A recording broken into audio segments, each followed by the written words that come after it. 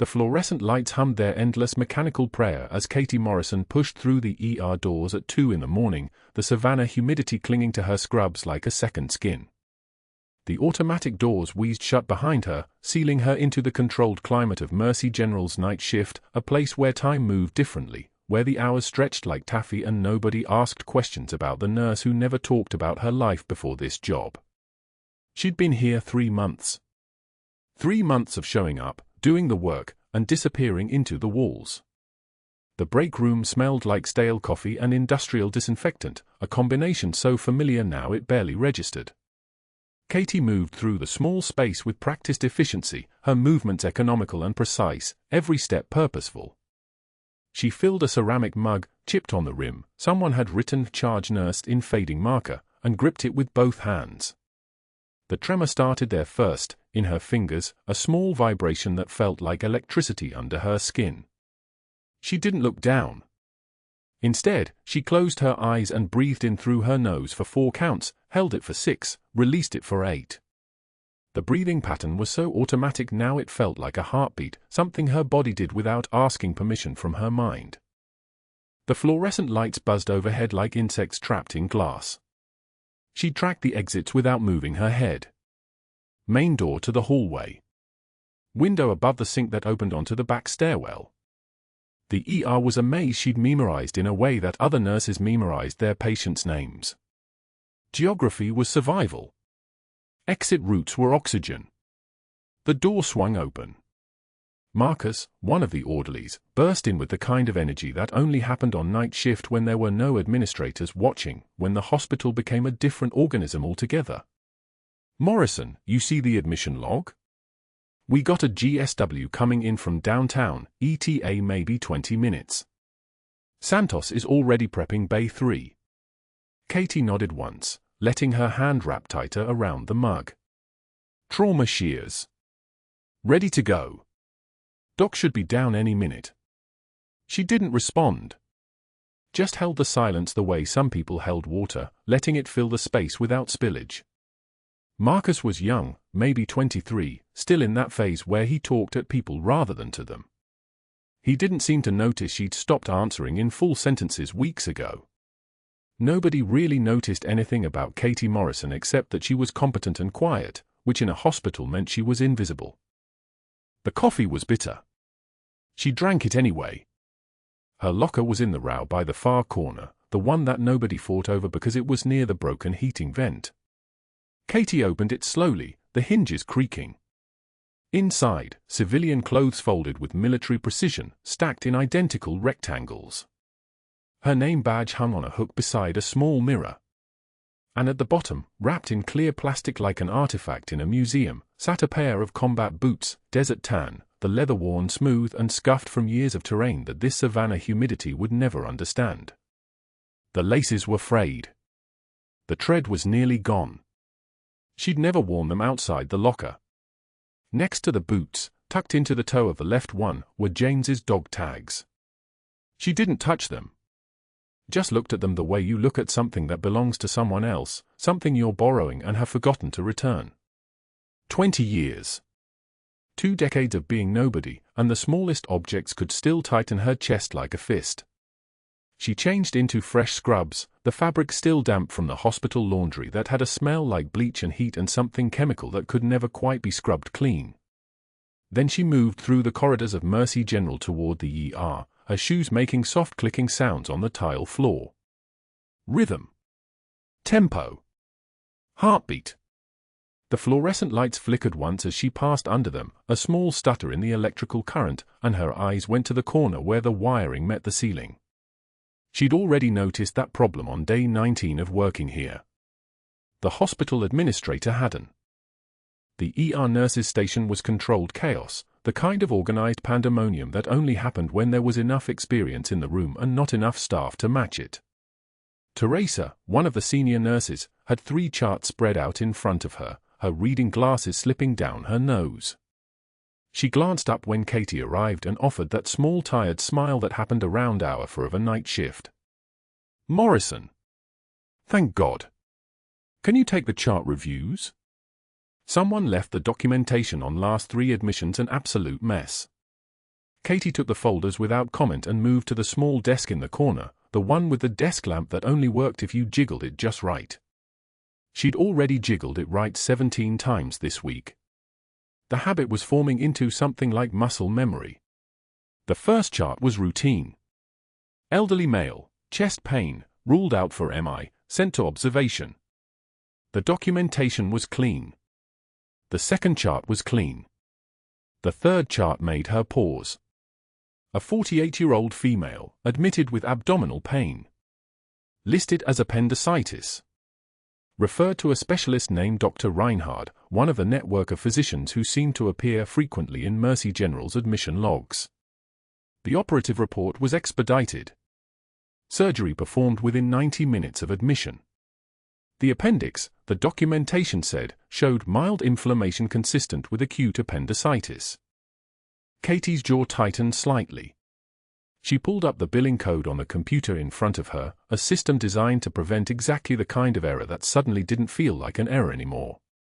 The code indicated an emergency procedure with maximum complexity. Reimbursement rate matched the complexity designation. The insurance company had paid $18,200 for removal of an appendix that the operative report described as mildly inflamed. She wrote a small note in her personal notebook, kept in her scrub pocket. The notebook was half full already. 2 weeks of observations, dates, times, billing codes, specialist names. Nothing that would hold up to scrutiny. Everything that made a pattern if you were willing to see it. The ER doors burst open with the sound of paramedics calling vitals, the controlled urgency of people trained to move fast. Katie looked up automatically, years of instinct cutting through the rest. The GSW that Marcus had mentioned. 2 minutes early. She set the charts down with careful precision and moved toward the chaos without being asked, her hands already reaching for a pair of trauma shears even though there was no emergency protocol that required her to do this, no standing order that gave her authority to step into this space. But her hands knew the drill. They'd done this before. A long time before. Bay 3, the paramedic was saying, the words tumbling out in that specific cadence that meant hemorrhage control had been impossible in the field. 26-year-old male, single GSW to the abdomen, 2 liters fluid resuscitation en route, BP dropped to 88/55 at 5 minutes out, we pushed another liter, pressure holding at 92/56, heart rate running 115, respiratory rate 22 and climbing. Katie was already moving, the notebook forgotten, the charts abandoned. The trauma shears cut through clothing with that specific metal on fabric sound that you never quite got used to even after hearing it 500 times. The paramedics transferred the patient from their stretcher to the hospital bed in one coordinated motion, slide, rotate, lock. The patient was pale, skin the color of wet concrete, his breathing shallow and fast, the kind of respiration that meant his body was already asking for help that wasn't coming through normal channels. Dr. Hargrove arrived exactly 30 seconds later, moving through the ER with the kind of presence that made people unconsciously step aside. He was tall, 6'2" or so, with the kind of face that had been handsome in medical school and had calcified into something hard and territorial. His eye scanned the room with the speed of someone used to being right, used to being believed, used to having his opinions treated as facts rather than assessments. Katie had worked under 3 different attending physicians in her time at Mercy General. 2 of them taught. One of them made sure everyone else shrunk. Get a second line in, Dr. Hargrove was saying, his voice steady as a piston in an engine. Type and cross, tell blood bank I want O negative standing by. CT angiography as soon as he's stable enough to move. Where's the trauma surgeon? On his way, Teresa answered. ETA 5 minutes. Katie was still holding the trauma shears. She set them down on the metal tray beside the bed, each movement deliberate. Her hands weren't shaking now. She noticed that with a small distant part of her brain that was always watching, always measuring, always comparing the person she was supposed to be with the person she actually was. In crisis, the tremor stopped. In crisis, the breathing pattern became unnecessary. In crisis, she was exactly where she was supposed to be, doing exactly what she was trained to do. Dr. Hargrove glanced at her then, a quick assessment, the way you look at equipment to determine if it's functional. She met his eyes for exactly 1 second, then looked away. It was the right move. It was always the right move. Show competence without claiming authority. Be useful without being visible. That was the deal she'd made with herself when she decided to disappear into Savannah, into Mercy General, into a pair of scrubs and a name badge. But something shifted in his expression. A calculation. A question mark that hadn't been there before. The patient's heart monitor suddenly spiked into arrhythmia, an irregular rhythm that meant the electrical system of his heart was failing under the stress of blood loss, and Katie moved back to the bed because that's what you did when systems began to fail. You moved toward the failure and you tried to correct it. And the ER became a small controlled universe of equipment and protocols and the certainty that the next few minutes would determine whether this person lived or died. She didn't know yet that Dr. Hargrove was watching her work with an expression that looked like fear. The cafeteria smelled like burnt coffee and industrial gravy when Dr. Hargrove made his move. Katie Morrison stood in the food line, plastic tray balanced on her palms, thinking about the billing code she'd documented that morning. Procedure 47,302 flagged 17 times in 1 week, each one signed off by Hargrove, each one paired with a specialist signature from the same network of surgeons. She didn't see him until his shoulder caught her arm. The tray dropped. Soup exploded across the tile floor in a spreading amber stain. Silverware scattered like shrapnel. The entire shift change froze. 30 nurses, orderlies, residents, and administrative staff all stopped mid-chew. The fluorescent lights overhead buzzed their mechanical hum. Katie stood motionless. Soup dripped from her scrubs. The silence stretched for 2 full seconds. Hargrove picked up a patient file from his table, deliberately, without apology, and tossed it at her feet. The folder slid across the wet tile and stopped against her shoe. "Pick that up, sweetheart." His voice carried across the cafeteria like he'd announced it over an intercom. "You're good at cleaning up messes, right?" Katie felt the weight of 30 stares. She felt the phone camera the surgical resident had already lifted to record. She felt the exact moment the narrative of Mercy General shifted. The older nurses exchanged glances, the newer ones suddenly found their food fascinating, and somewhere in the back corner, someone was already texting. This was the moment. This was the test. She took one measured breath. Her left eye released a single tear. Just one. It traced a path down her cheek as she bent and collected the file from the floor. Her hands didn't shake. Her jaw didn't clench. She stood, file in hand, and looked directly at Hargrove, straight into his eyes, and when she spoke, her voice came out steady as a surgical laser. "I've picked up wounded soldiers under mortar fire, Doctor. Bleeding out. Missing limbs. Screaming." She placed the file on the table in front of him. "This is nothing." She turned and walked out of the cafeteria. Her head was high. Her spine was vertical. She didn't run. She didn't cry behind a supply closet door.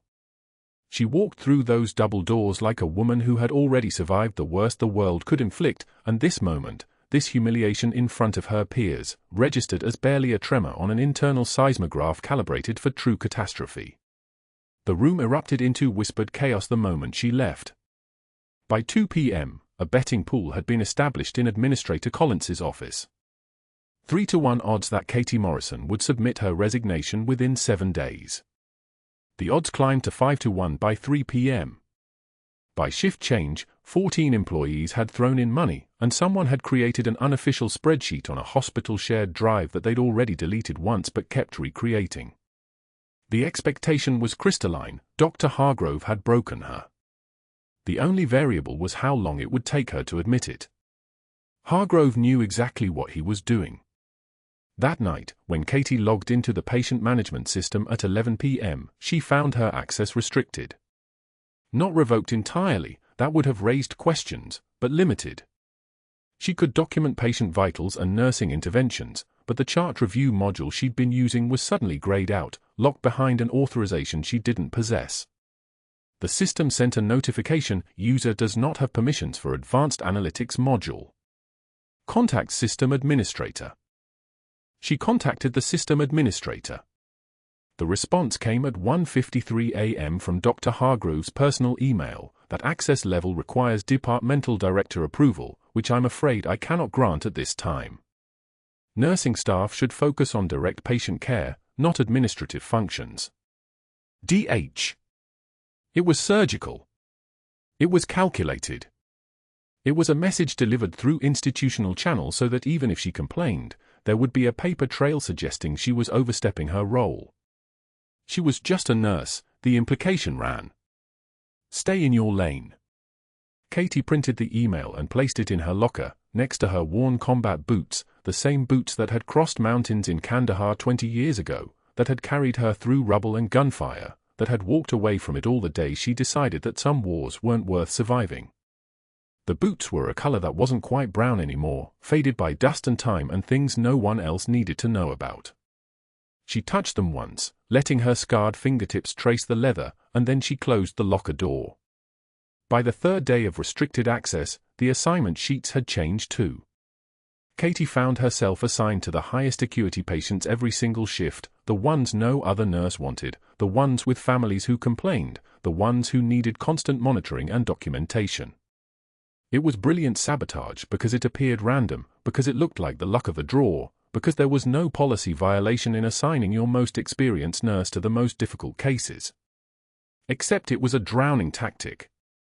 Overwhelming volume combined with administrative isolation. Make her too busy to think. Make her too tired to fight. Make her so exhausted that quitting starts to feel like self-care. The whispers followed her through the corridors now. She heard them when she passed the nurse's station, not her name, but the context. 3 more days. I gave her until Friday. Did you hear what he said to her in the caf? The pity was almost worse than the contempt. Pity meant they'd already decided she was finished.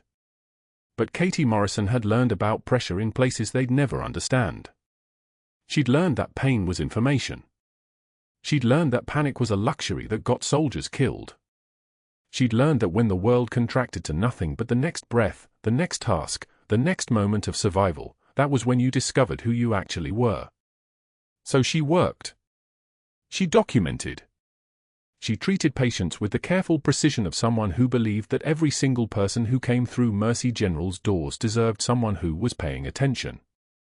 She didn't complain about the access restrictions. She didn't argue about the assignments. She simply adapted, the way organisms adapt to hostile environments. On the afternoon of day 4, Hargrove walked past her at the nursing station and smiled, the kind of smile that predators wear when they're certain the prey has already been cornered. He didn't say anything. He didn't need to. The message was written in his expression, "You're finished. It's just a matter of time." Katie documented vital signs for a post-surgical patient, hand steady, eyes focused, and made a mental note that she'd seen that same expression exactly twice before in her life. Both times had been in Kandahar. Both times had ended with other people learning something important about underestimating the quiet ones. The night shift began at 11 p.m. Katie was 4 hours in, charting on a patient who'd come in with chest pain and a history of arrhythmias, when the automatic doors of the emergency department exploded inward like a breached wall. A man emerged. 7 feet tall, approximately 280 pounds, with skin flushed dark red and veins bulging across his neck and forehead like road maps of rage. His eyes were wild, pupils dilated, unfocused but moving, scanning the waiting room with the disconnected aggression of someone whose central nervous system had been chemically weaponized. PCP. The smell hit a second later, a chemical stench, acrid and wrong, like industrial solvent and burning plastic. He was screaming, but the words weren't coherent. Just sounds. Inarticulate demands. Rage given a physical form. I need drugs. Where's the pharmacy? I need. Security guard Rodriguez moved toward him with his hands raised in the calming posture they trained for, the one that worked 99 times out of 100. This was the one time. The intruder grabbed Rodriguez's uniform shirt and hurled him sideways into the vending machine with the casual strength of someone moving furniture. The glass fractured. Rodriguez crumpled.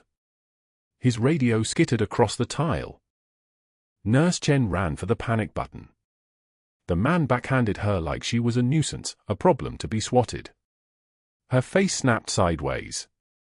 Blood sprayed from her nose in an arterial pattern, not life-threatening, but shocking, sudden, real. She sprawled against the triage desk, stunned and bleeding. The intruder overturned a wheelchair.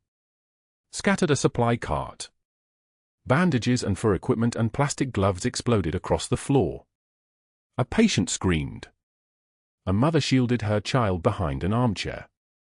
The waiting room became a disaster scene, not violent yet in the way movies portrayed violence, but the prelude to it, the warning stage, the moment before someone got seriously hurt. Dr. Hargrove emerged from the staff corridor, assessed the situation in 0.6 seconds, and immediately retreated back through the door, locking it behind him. Katie noted this fact without emotion. She filed it away. Information. The intruder spotted the medication dispensary window 40 feet away and began moving toward it with the focused intensity of a predator on a vector toward prey. Between him and the drugs, a critical cardiac patient on a gurney. Mr. Alvarez, age 68, post-catheterization, for lines running from both antecubital fossae, monitors beeping their steady rhythm, a rhythm that was the only thing keeping him from cardiogenic shock. The intruder didn't slow. Katie Morrison was standing at the charting station, 20 feet away, pen in her hand, when she looked up and the world tilted sideways into something she recognized. The fluorescent light stopped being background noise. The beeping monitors became a clock. Her breathing shifted from shallow day-shift shallow to deep diaphragmatic deep. Her hands went still. The clipboard dropped from her fingers and clattered to the floor. The intruder's massive hand reached toward Mr. Alvarez's gurney. In the half-second before contact, Katie's expression changed from compassion to something carved from stone. Her muscles remembered. Her nervous system remembered. Her body remembered things her mind had tried to leave buried in the mountains 20 years ago. She moved. The automatic doors hissed open at 11:41 p.m., and the man who crashed through them was a mountain of chaos. 7 feet tall, maybe more, his eyes rolling back in his skull as he screamed for drugs that hadn't existed in his bloodstream for 40 minutes. PCP does that, stretches time into a nightmare where you're always falling. He moved like he was walking through water that only he could see, his massive arms swinging wide enough to catch the pneumatic door frame on the way past. The ER waiting room erupted. People jumped. Someone's phone clattered to the linoleum. A child started crying. The intruder lurched toward the intake desk, his voice a guttural roar that didn't sound quite human. I need something. I need something now. My heart's coming out of my ribs. My bones are turning to fire. He grabbed the edge of the counter and flipped it up like it weighed nothing. The nurse stationed there are Jennifer Rodriguez, a woman with 15 years of pediatric experience, barely rolled away before his massive hand came down where she'd been standing. The impact cracked the laminate desktop. Blood from his own split knuckle sprayed across the wall. He didn't seem to notice. Security arrived in under 30 seconds. 2 guards, both good men, both trained in de-escalation protocols. They moved in slowly, hands up, voices calm. Sir, we're here to help. Let's get you to a safe place. The intruder swung his right arm in a blind arc. The first guard tried to slip inside the motion, to grab and control. The intruder's elbow caught him square in the sternum. Air exploded out of the man's lungs, and he went down hard, his head bouncing against the edge of a plastic chair. The second guard pivoted, tried to get behind him, but the intruder was already spinning. His forearm caught the guard across the neck and face. The man hit the wall beside the water fountain, sliding down, dazed. Katie was in Bay 6 when it started, hanging and fore on Mr. Alvarez, a cardiac patient who'd come in complaining of chest pressure. His chart was clean. His EKG showed some ST elevation, nothing dramatic, but his troponin was climbing. She'd been talking to him in that calm, measured way she had, the way that had gotten her through the 2009 deployment to Kandahar when her unit had been pinned down by sniper fire for 6 hours and one of the younger soldiers had started panicking. Just talk. Just breathe. Just the next thing. That was her voice, and it worked because people could hear the bedrock under it, something solid. The sound of impact pulled her attention away.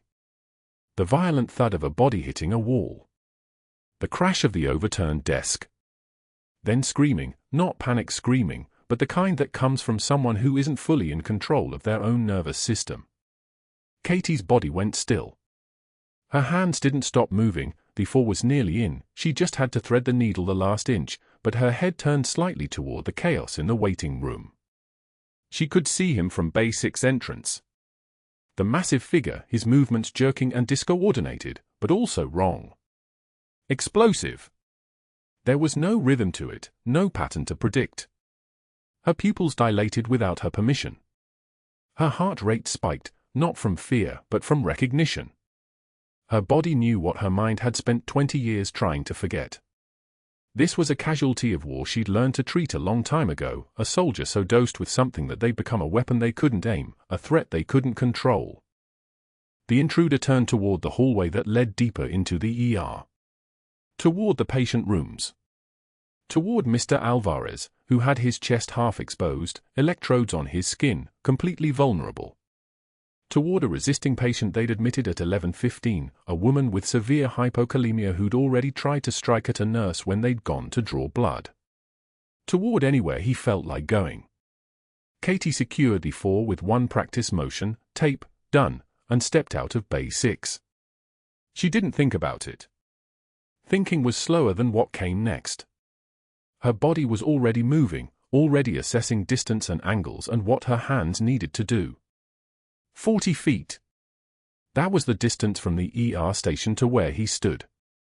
He'd just grabbed the medication cart, was about to hurl it into the hallway. She crossed it in 4 strides.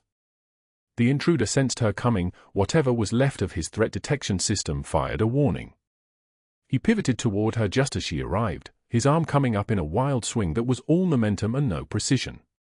Katie slipped left, her body tight, compact, letting his mass and velocity work for her instead of against her. She moved like something that had practiced this exact sequence 5,000 times, because she had. Training at Fort Campbell. Scenario work in Kandahar before the deployment. Hand-to-hand refresher courses every 2 years for 18 years. Her right hand rose to his larynx, not his neck, not a crush grip that would fracture cartilage, but a precision strike on the thyroid cartilage itself. The exact amount of force to trigger the gag reflex. His head jerked back. His hands flew up instinctively to his throat. The second that took, she was already behind him, her right arm hooking his right arm at the elbow, her left hand clamping down on his right wrist. Her body weight dropped forward and down. Physics. Leverage. A 160-pound woman moving at the right angle and speed could drop a 280-pound man without effort. His knees hit the tile floor with a sound like a baseball bat breaking. His face followed a half-second later, his forehead skating across the tile. He tried to push up. Katie drove her knee between his shoulder blades, hard enough to convince him that forward motion wasn't happening. Her left hand, already holding his wrist, moved to the supply cart beside her, one motion, muscle memory, and pulled a zip tie free. 14-inch heavy-duty. She threaded both his wrists through it, pulled it snug. Not cutting off circulation, just secure. 8 seconds from when she'd started moving. Maybe 9. "Don't move," she said, and her voice was gentle, almost conversational. "Paramedics are coming. You're safe now." The certainty in her tone, the absence of anger or fear, seemed to register with him. His thrashing stopped. He was still gasping, still partially out of his mind, but the immediate threat recalibrated. Katie released him and was already turning, already moving back toward Bay 6. Rodriguez had staggered to her feet, blood streaming from her nose where the medication cart had clipped her. Nurse Chen was checking the second security guard's pupils, looking for a concussion. Everything was chaos, But in that crystalline moment, Katie could see the one thing that mattered: Mr. Alvarez's monitor. His foot had been ripped out when the intruder had crashed past the bay. His monitor was alarming. High-pitched, insistent, that sound like a fire alarm that meant the patient's heart wasn't doing what it was supposed to do. She looked at his neck. Saw the distension in his jugular veins. Saw the way his pressure had bottomed out in the few seconds of chaos. Saw the pallor creeping into his face. Her diagnosis assembled itself like a blueprint: blood or fluid accumulating in the sac around his heart, compressing it, making it impossible for the chambers to fill. Cardiac tamponade. The heart being strangled from the outside while still inside the ribcage. He had maybe 4 minutes before this became a full cardiac arrest. "I need a pericardiocentesis kit, now," Katie said, moving toward the code cart. Her voice had changed. It wasn't the careful, measured tone she used with patients. This was command voice, the kind she hadn't used in public for 2 decades. This was the voice that made nurses move. "I need the largest bore needle you have, 18 gauge, ultrasound if it's available, and someone get me Dr. Hargrove. Tell him we have cardiac tamponade in Bay 6.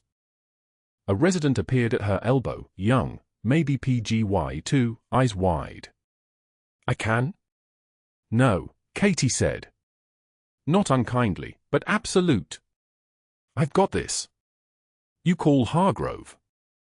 Now." She didn't wait to see if he'd move. She was already at Mr. Alvarez's bedside, already pulling his gown away from his chest, already locating the xiphoid process, that small bone at the bottom of the sternum. She prepped the skin with antiseptic solution.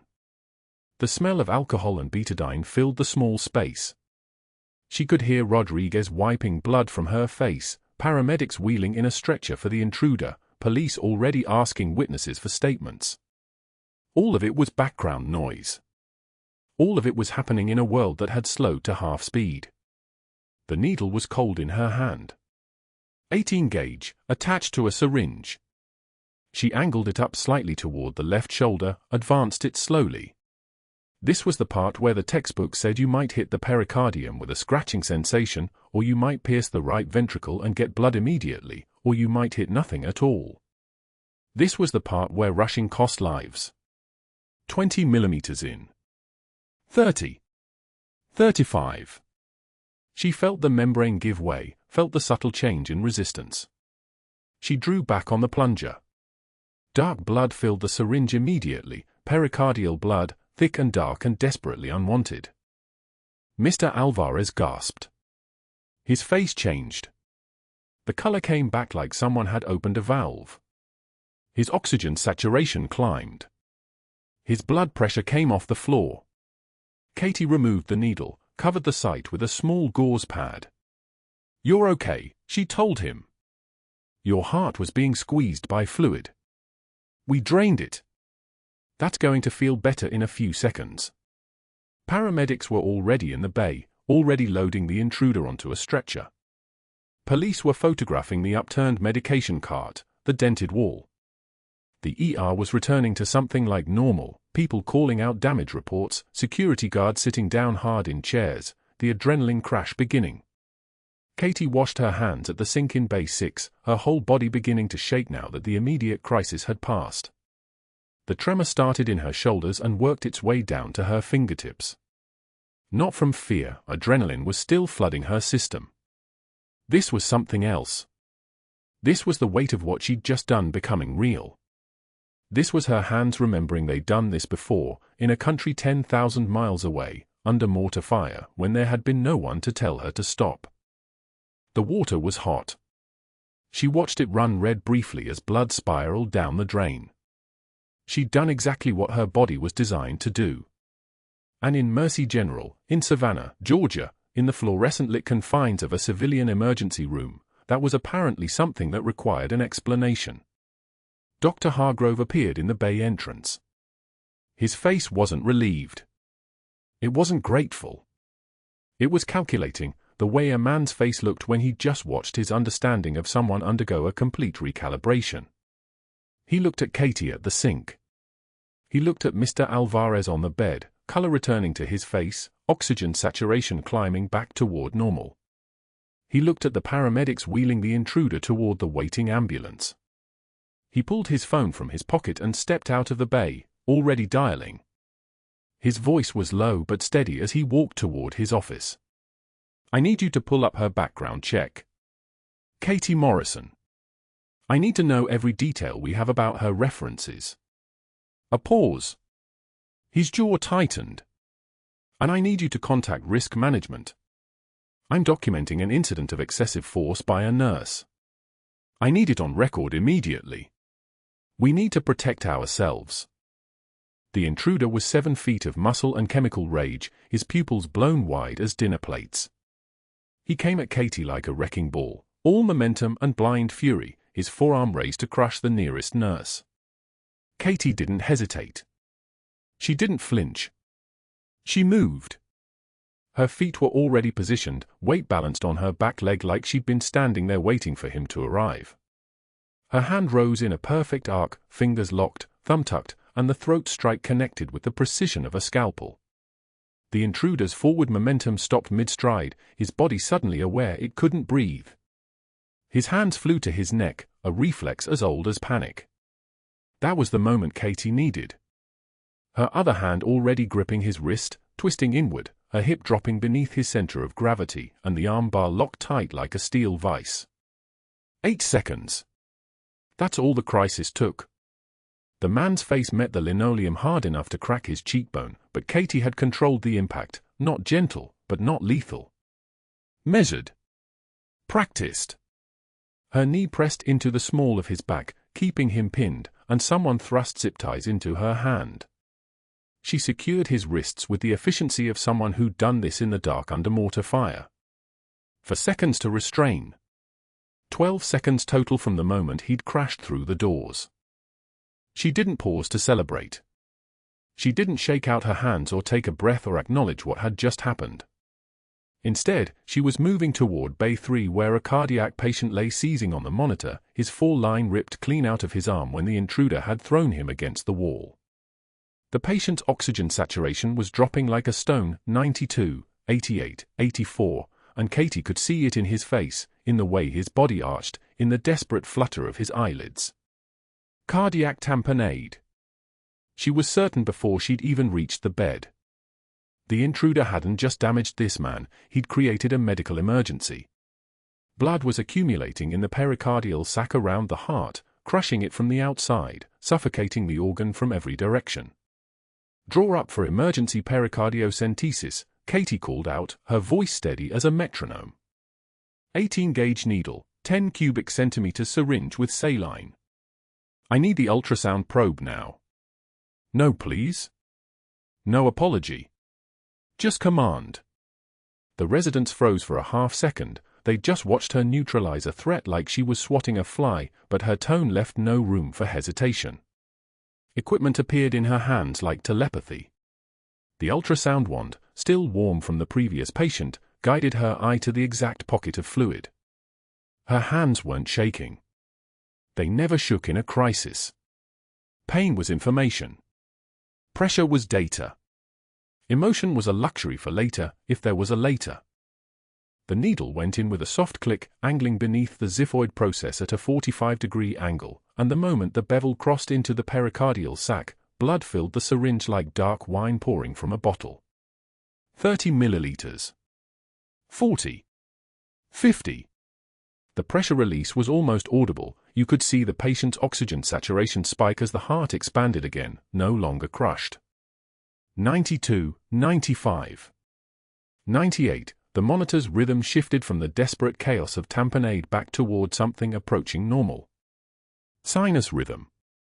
The patient gasped, his eyes flying open, suddenly able to breathe like the weight had been lifted from his chest. It had been. Literally. Katie was still focused on the patient, still monitoring the monitor, still reading the vital signs like they were scripture, when she felt the weight of someone's stare. She looked up. Dr. Hargrove stood at the entrance to the trauma bay, his expression unreadable, his phone already pressed to his ear. He wasn't looking at the patient Katie had just saved. He was looking at her. looking at her hands. Looking at the precision of the restraint she'd applied. Looking at the way she'd moved, not like a nurse, not like someone trained in hospital protocols, but like someone who'd conducted threat assessment and neutralization as a second language. His jaw tightened. She watched the moment his eyes went cold. He stepped into the hallway, turning away, speaking low into the phone. "Yes. I need you to listen carefully. We have a situation.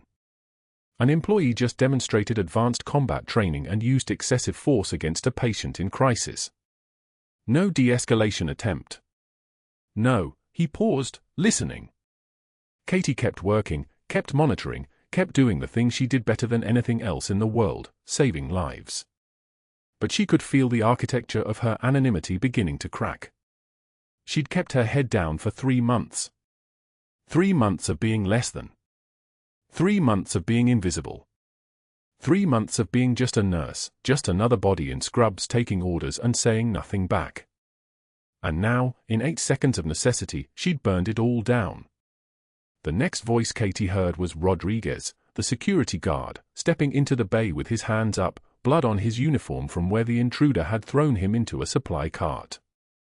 "Medic, that was..." He stopped, not sure what he'd just witnessed. Not sure how to categorize what he'd seen. The intruder had been over a foot taller than Katie. He'd been high on enough PCP to shrug off pain like it was a suggestion. And she'd folded him the way you'd fold a hospital corner, clean, efficient, complete. "Get him to holding," Katie said simply. "And someone check his pupils. We need a tox screen." She was already moving on, already cataloguing the injuries in Bay 2, already prioritizing which patient needed her attention next. The part of her that had been a soldier, the part she'd tried so hard to bury under 3 months of institutional humility, was fully operational now. It would take time before she realized that Dr. Hargrove had made his phone call at exactly the right moment. Time before she understood that he'd seen something in those 8 seconds that terrified him more than the intruder ever could. A woman who could protect people. A woman who didn't ask permission to do what needed doing. A woman who, if her background was ever examined, might ask questions about why certain procedures were being approved. Why certain specialists kept getting referrals. Why the billing codes kept climbing higher. She was dangerous to him now. Not because she'd thrown a punch, but because she'd revealed that she could. The ER settled back into its routine rhythm, the paramedics wheeling the intruder toward the psychiatric wing, the nurses checking the cardiac patient's vitals every 60 seconds, the monitors returning to their normal conversation of beeps and soft alarms. Katie charted everything, the intervention, the timeline, the patient outcomes, with the meticulous precision that had first drawn Dr. Hargrove's attention weeks ago. She didn't know that risk management was already being called. She didn't know that her employment references were being verified. She didn't know that the network of lies she'd carefully constructed, civilian nursing positions, anonymous credentials, a complete erasure of the woman she used to be, was about to be systematically dismantled. All she knew was that she'd saved a man's life. That she'd done what she was trained to do. That for 8 seconds, she'd let the mask slip, and now the mask was shattered beyond repair. She didn't cry. She didn't tremble. She washed her hands at the sink in Bay 1, dried them on a paper towel, and returned to her work. But something in her knew that this was the last night she would wear a Mercy General ID badge. This was the last moment before everything changed. This was the calm before the reckoning. And somewhere in his office, Dr. Hargrove was already preparing his case. Already calling people. Already setting in motion the machinery that would erase her, discredit her, destroy her credibility before she could destroy his empire. The room had gone quiet now, the adrenaline fading, the reality settling in. But Katie Morrison didn't feel the weight of what was coming. She only felt the weight of what she'd done. What she'd revealed.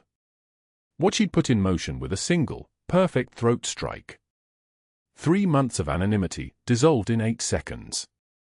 2 hours after the last monitor beeped, after the intruder was wheeled out in restraints and the cardiac patient was wheeled out to ICU and the ER finally exhaled, risk management arrived with briefcases that clicked open like handcuffs. Katie watched them from the medication room, three people in pressed suits, their shoes making sharp sounds on the tile floor, following Dr. Hargrove toward the administrative wing like remeras trailing a shark. She knew. Not the details yet, but she knew. Her hands, which had been steady enough to thread a needle through a pericardium while a man thrashed in zip ties, began to move with purpose she hadn't planned. Incident report. Chart review. Documentation. The same meticulous work that had saved her once, or so she'd believed. The cafeteria smelled like industrial coffee and burnt microwave popcorn when she sat down at 0300 hours, 0300, that's what her brain still called it, military time, as if she could think her way out of what was coming. A security officer named Rodriguez sat across from her. He was young, maybe 26, with the kind of gentle face that suggested he'd never seen a person broken in front of him until today. "They're reviewing the incident video," he said quietly. Dr. Hargrove showed them frame by frame. "He's calling it excessive force. He's saying your response was disproportionate to the threat." Katie stirred her coffee, watching the cream swirl like clouds in a static sky. She didn't speak. Rodriguez continued, "He pulled your references. Katie, I don't know how, but there's something wrong with them.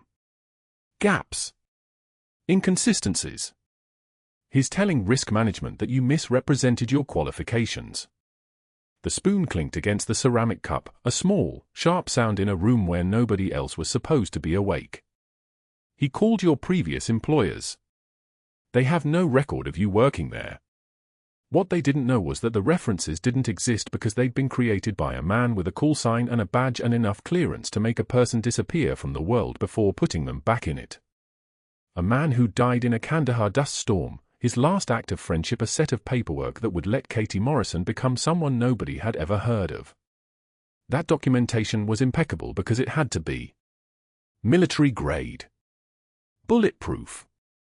Except it had never been designed to withstand the scrutiny of a hospital board in Savannah with a director determined to dismantle her. The rules of disappearing were simple: never take credit, never speak of what you did, never be the strongest person in the room. Katie had broken the strongest rule, and in 8 seconds, under the lights of an emergency room full of witnesses, everyone had seen exactly what she was. The coffee tasted like burnt almonds and regret. By 0600 hours, Katie was in the third-floor conference room, and Dr. Hargrove was in the fourth chair beside risk management, and the hospital administrator sat at the head of the table with his chin propped on his fist like a man who'd already made his decision. Hargrove moved with the confidence of someone who'd made his calls, collected his favors, positioned his allies. "Her response was trained," he said, his voice smooth as silk over razor blades. "Too trained. A standard restraint hold might have incapacitated the subject, but she executed a precision throat strike followed by a post-mounted arm bar. That's not nursing school, that's military combative training." He had photographs now. Stills from the security footage showing Katie's stance, her hand position, the angle of her arm. He'd circled them in red. She created a security liability for this hospital. "We have no idea who this woman really is. We have no documentation of her background. Her references don't check out." The risk management officer, a woman with a face like granite and eyes like winter, nodded slowly. "Ms. Morrison," she said, and Katie heard the shift in how her name was pronounced, not a colleague's name, but a subject's name. "Can you explain the discrepancies in your employment history?" Katie's voice came out like she was speaking underwater, measured and distant and not her own. "I had gaps in employment. Personal reasons. I worked as an independent contractor for several years. Those companies no longer exist." All of it technically true. The contractors had been dissolved. The companies had been folded into government agencies with names she couldn't speak aloud. The risk management officer wrote something on her pad. Hargrove smiled. The smile was the worst part, not angry, not frustrated, but satisfied. Like a man watching his trap close. "The issue," the administrator said slowly, "isn't just the excessive force. It's the fundamental lack of transparency. We hire healthcare professionals, not security operatives. We have no idea what kind of training you've received, what your actual background is, what protocols you might be circumventing. His hands were folded on the table, and they looked like the hands of a man who'd already signed the paperwork. Risk management recommends immediate suspension pending a full background investigation. The words came through the fluorescent hum of the lights, and Katie understood that the hum had always been there, that she'd been listening to it the entire time, that some sounds never went away no matter where you tried to hide. The termination letter came at 0830 hours, printed on hospital letterhead, signed by the board president and witnessed by 3 administrative officers. Katie read it standing up in the HR office while the director, a nervous woman with trembling hands, explained that the decision had already been made, that the board had convened at 0600 hours while Katie was taking her break, that the vote was unanimous. Inappropriate physical intervention creating liability, the letter stated. Undisclosed military background creating security concerns. Misrepresentation of employment history. It was dated yesterday. The decision had been made before she'd even finished her charting. The board had known. Hargrove had called them, had positioned his facts like soldiers in formation, and they'd fallen into line the way people always did when someone with authority told them to be afraid. Katie folded the letter into thirds. She didn't ask questions. She didn't cry. She didn't even flinch when the director said the hospital would provide 2 weeks of severance and strongly recommended that she not return to the facility pending the investigation. She simply nodded, took the cardboard box that Rodriguez had prepared, the one containing her personal items from her locker, her coffee mug, the photograph of James in his uniform, and walked out of the hospital at 0847 hours on a Wednesday morning in April. The veteran cemetery sprawled across 20 acres of green that was too green, too perfect, the kind of landscaping that existed only to prove that death could be beautiful if you arranged it correctly. Katie found James's grave without thinking, her feet remembering the path from 6 months of Sunday visits, and she stood there in the rain, actual rain now, not metaphorical, the kind of rain that soaked through scrubs and made the world smell like wet stone. The termination letter was disintegrating in her hand, the ink running, the words bleeding into nonsense, inappropriate becoming inappropriate, military becoming military, everything she'd tried to erase becoming the only thing anyone could see. She pressed her forehead against the cold granite of his headstone, and for the first time in 3 months at Mercy General, for the first time since she'd walked away from everything she was and tried to become everything she wasn't, Katie Morrison felt the weight of her own failure. Not the failure of a nurse. The failure of a soldier who'd been given one job: disappear. Stay anonymous.